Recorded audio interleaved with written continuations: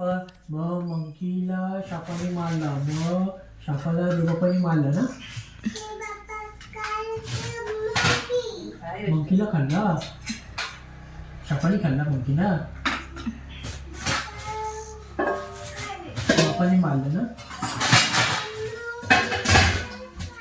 आणि बापा माती खातात, माती खातात. कशी माती खातात? मग बापांच्या आतमध्ये काय होतं?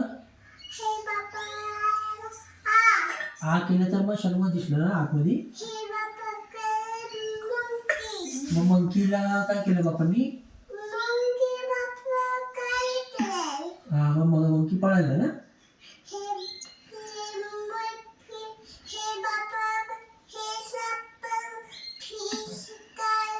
मग फिश खाल्लं सापानी.